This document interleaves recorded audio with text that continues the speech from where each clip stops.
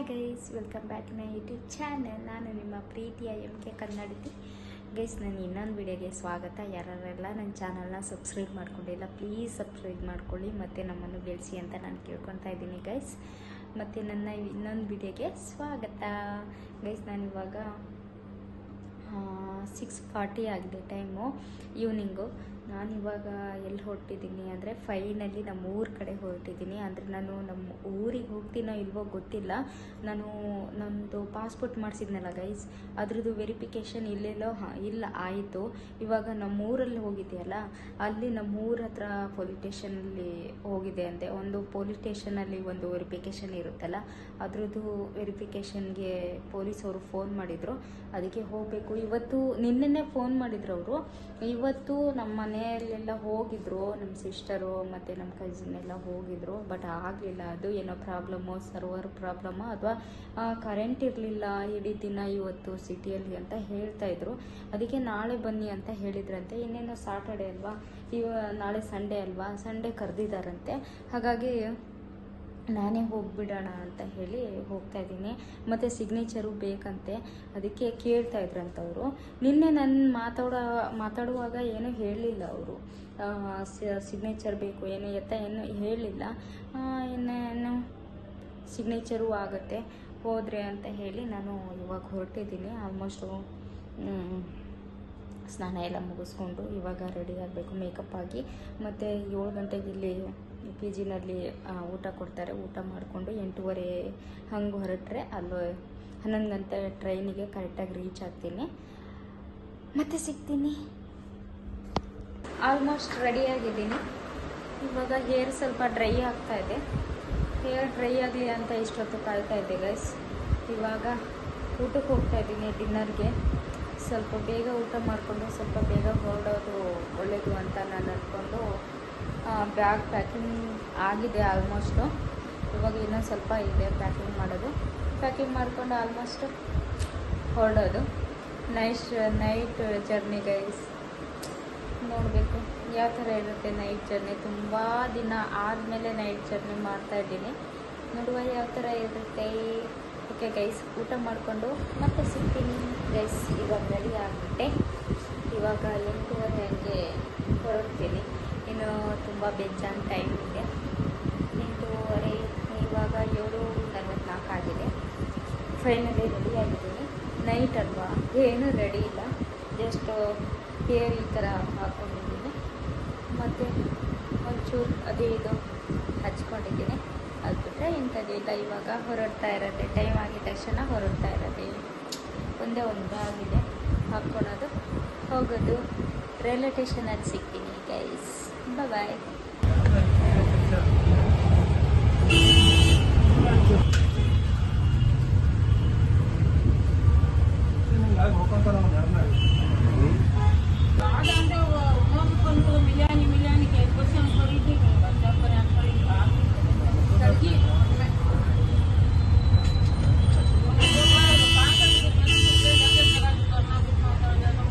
Guys, finally railway ಸ್ಟೇಷನಿಗೆ ಬಂದಿದ್ದೀನಿ. ನನ್ನ train ಬರೋದಕ್ಕೆ ಇನ್ನೂ 2 hours ಇದೆ.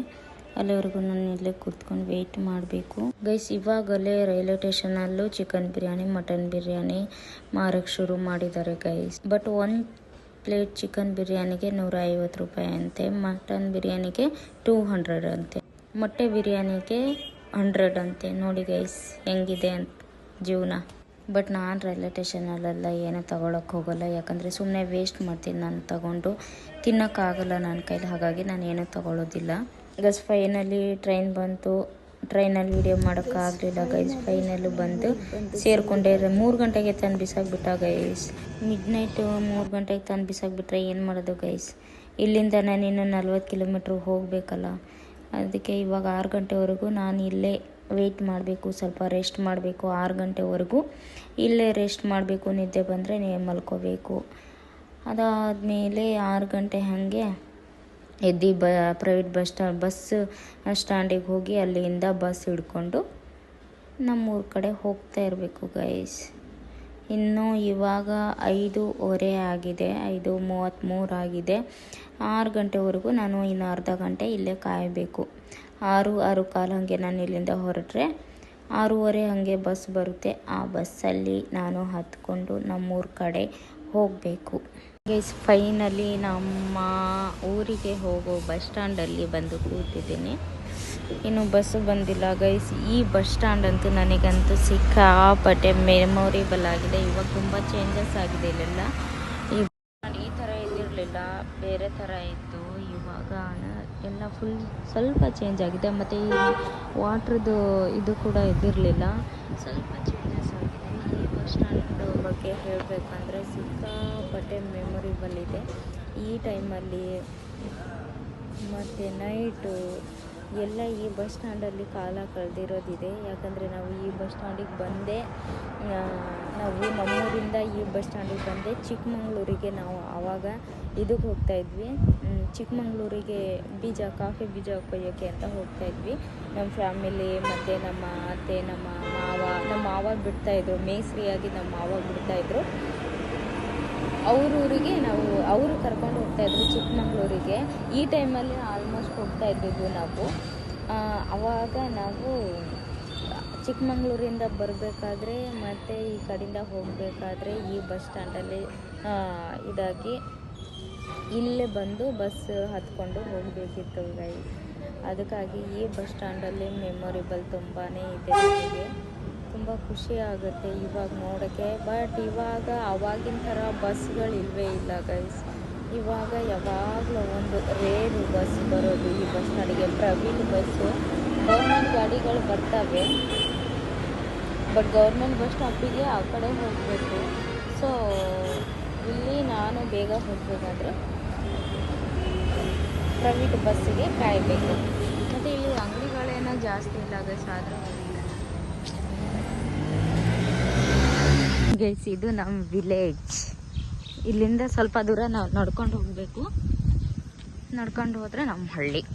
ವೆರಿ ಲಾಂಗ್ ಟೈಮ್ ಗೈಸ್ ನಾನು ಬರ್ತಾ ಇರೋದು. ಸಿಕ್ಕಾಪಟ್ಟೆ ತುಂಬ ದಿನ ಆಗೋಯ್ತು, ನೋಡೇ ಇರಲಿಲ್ಲ. ಮಳೆ ಬಂದೆ ನೋಡ್ರಿ ಎಷ್ಟು ಚೆನ್ನಾಗಿ ಎಲ್ಲ ಹಸಿರಾಗಿದೆ. ಬಟ್ ನಮ್ಮ ಜನ ಮಾತ್ರ ಅಲ್ಲಲ್ಲಿ ಗಲೀಜು ಮಾಡೋದು ಮಾತ್ರ ಬಿಡಲ್ಲ ಗೈಸ್. ಇಲ್ಲಿಂದ ನಡ್ಕೊಂಡು ಹೋಗಬೇಕು ಗೈಸ್. ನಾನು 3 ಕಿಲೋಮೀಟ್ರು, ಆದರೆ ನಾನು ಅಡ್ಡದಾರಿಯಲ್ಲಿ ಹೋಗ್ತೀನಿ ಬೇಗ ಹೋಗೋದಕ್ಕೆ. ಮತ್ತು ಇನ್ನೂ ರಿಟರ್ನ್ ಬರಬೇಕು, ಹೀಗೆ ನಡ್ಕೊಂಡು ಬರಬೇಕು ಗೈಸ್. ಇಲ್ಲಂತೂ ನಮ್ಮೂರಲ್ಲಂತೂ ಒಂದು ಬೈಕು ಹೆಲ್ಪ್ ಮಾಡಲ್ಲ, ಏನೂ ಹೆಲ್ಪ್ ಮಾಡಲ್ಲ. ಹಾಗಾಗಿ ಇವಾಗ ಹೋಗಿ ಇನ್ನೂ ರಿಟರ್ನ್ ನಡ್ಕೊಂಡು ಬರಬೇಕು.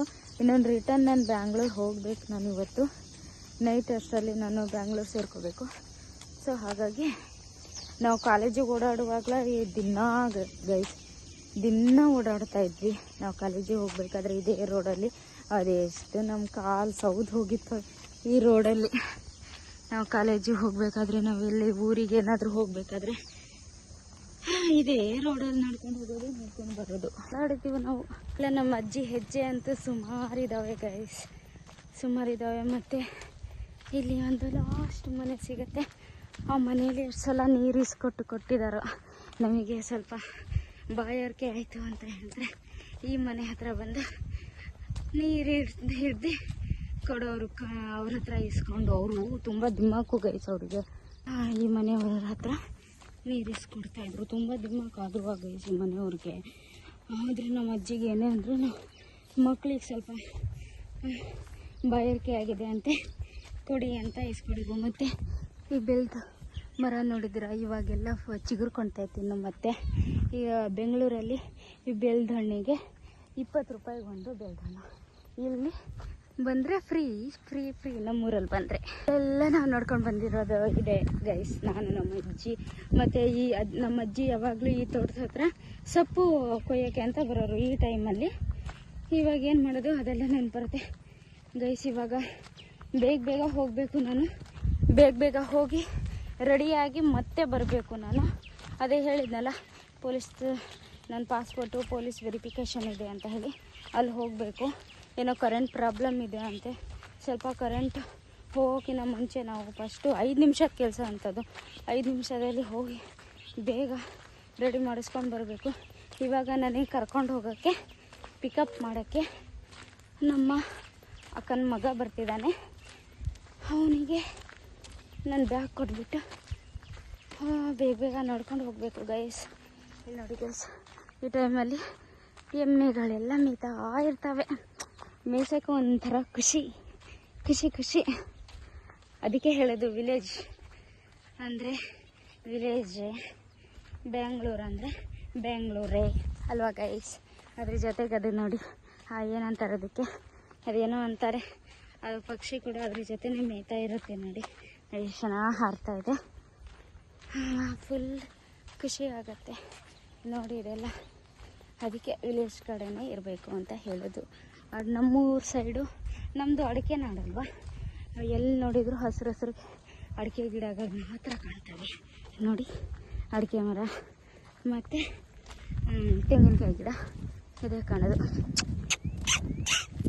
ಬೋ ಬೋ ಬೋ ಬೋ ನೋಡಿ ಎಷ್ಟು ಚೆನ್ನಾಗಿ ಮೇಯ್ತಾ ಇದ್ದಾವೆ ಅದ್ರ ಪಾಡಿಗೆ ಅವು ಪಕ್ಷಿಗಳು. ಅದ್ರ ಮೇಲೆ ಹಾರಾಡ್ತಿದ್ದಾವೆ ಹಂಗೆ. ಏನೋ ಒಂಥರ ಖುಷಿ ಗೈಸ್. ನಮ್ಮ ಊರಿಗೆ ಬಂದಮೇಲೆ ತುಂಬ ದಿನ ಆದಮೇಲೆ ಬರ್ತಾಯಿದ್ದೀನಲ್ಲ, ಏನೋ ಒಂಥರ ಖುಷಿ. ಮೊದಲು ಇಲ್ಲ ಸಿತ್ತು ರೋಡು, ಕಾಲ್ದಾರಿ. ಇವಾಗ ಎಲ್ಲೆಲ್ಲೋ ಸಹ ಹೋಗ್ತಾ ಇದ್ದೀನಿ ಗೈಸ್, ರೋಡೇ ಕಾಣ್ತಿಲ್ಲ ನನಗೆ, ಕಾಲ್ದಾರಿನೂ ಕಾಣ್ತಾ ಇಲ್ಲ, ಫುಲ್ ಮುಚ್ಕೊಂಡು ಬಿಟ್ಟಿದೆ. ಇವಾಗ ಎಲ್ಲೆಲ್ಲಿ ದಾರಿ ಮಾಡಿದ್ದಾರೆ ಅಂತ ಗೊತ್ತಿಲ್ಲ. ಇವಾಗ ಇಲ್ಲಿ ನೋಡಿ ಹುತ್ತ ಹುತ್ತ ನೋಡಿ, ಹುತ್ತ. ಅಯ್ಯೋ ಎಲ್ಲ ಹೋಗ್ಬೇಕು ಗೊತ್ತಿಲ್ವೇ. ನಮ್ಮ ಅಕ್ಕನ ಮಗ ಬರ್ತೀನಿ ಅಂದ, ಅವನು ಎಲ್ಲಿ ಬರ್ತಿದ್ದಾನೋ, ನಾನು ದಾರಿ ತಪ್ಪಿ ಎಲ್ಲಿ ಹೋಗ್ತೀನೋ ಗೊತ್ತಿಲ್ವೇ. ಕೋಣ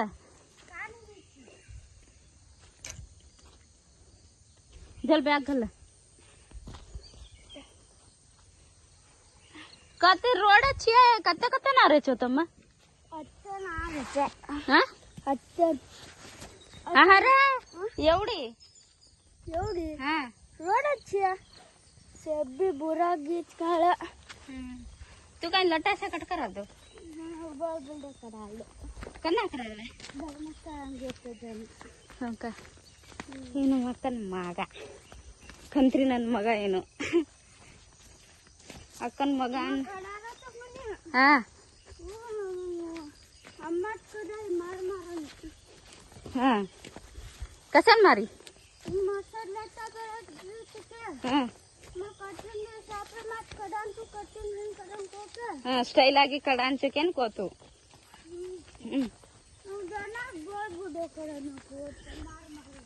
हाँ सेदी नहीं सेदी डा कोनी की कसन मार रहे चो है करें क्या कोनी की हाँ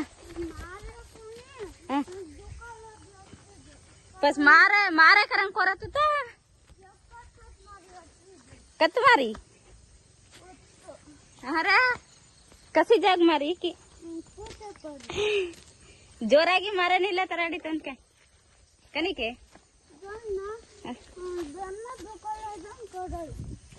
धकले जन कड़ाई तू फोटो दिखाया इसको नहीं तू कहते तो तू गोतो की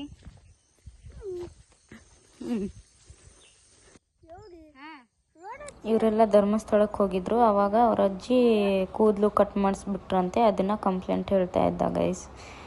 ನಗು ಬರ್ತಾ ಇತ್ತು ನನಗೆ. ಅವನಿಗೆ ಹಾಗೆ ಬಿಡೋಕೆ ಇಷ್ಟ, ಅದಕ್ಕೆ ನನಗೆ ಹೊಡೆದು ಬೆನ್ನ ಮೇಲೆ ಹೊಡೆದು ಕೂದಲೆಲ್ಲ ಕಟ್ ಮಾಡಿಸ್ಬಿಡ್ತು ಅಜ್ಜಿ ಅಂತ ಹೇಳಿ ಕಂಪ್ಲೇಂಟ್ ಹೇಳ್ತಾ ಇದ್ದ ಗೈಸ್. ಅದನ್ನು ಕೇಳ್ಕೊತ ಹೋಗ್ತಾ ಇದ್ದೆ ನಾನು.